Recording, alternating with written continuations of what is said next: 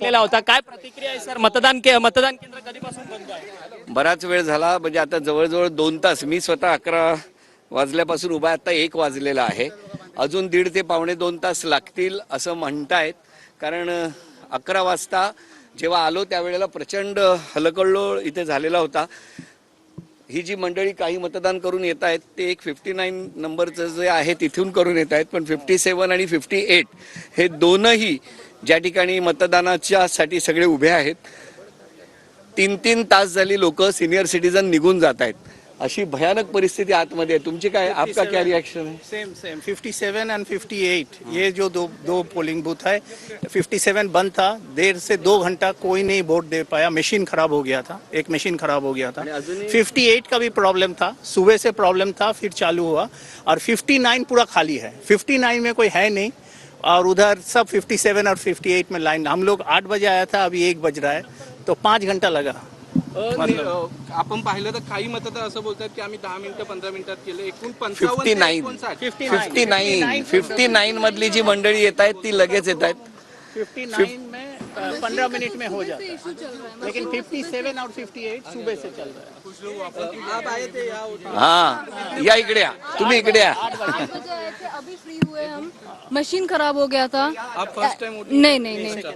कितने बजे आप आए यहाँ पे? 8 o'clock से अभी जस्ट हुआ है. आपको क्या बताया जा रहा था उनकी तरफ से? हम लोग खड़े थे, हम लोग वेट कर रहे थे. देयर वाज टू मच ऑफ रश. और 59 में कुछ लाइन ही नहीं था. हम लोग एकदम से जा रहे थे एक मशीन खराब हो गया. एंड मशीन खराब. सिटीजन कितने थे उसमें? सीनियर सिटीजन थे, उन लोग को अलाउ कर रहे थे हमारे पहले, बट इट वाज वेरी केओटिक.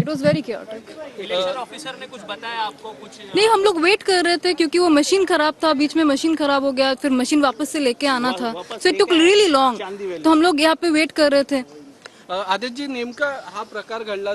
खरं तर 9 वाजल्यापासून आतापर्यंत एवढा वेळ ज्येष्ठ नागरिक लाईनीत उभे आहेत. त्यांच्या पाण्याची किंवा त्यांच्या बसण्याची काही व्यवस्था निवडणूक आयोगाकडनं करण्यात आली? मला असं वाटतं लोकशाहीचा उत्सव आहे. 5 वर्ष याचं नियोजन करण्यात येतं आणि अशा वेळेला हा जो महत्त्वाचा दिवस आहे, या दिवशी इथे सिनियर सिटीजन्स कित्येक परत गेलेले आहेत.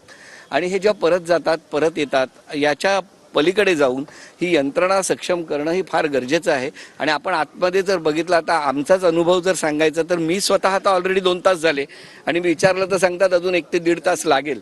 आतमध्ये ही जी मंडळी आहेत ही उन्हात उभी आहेत.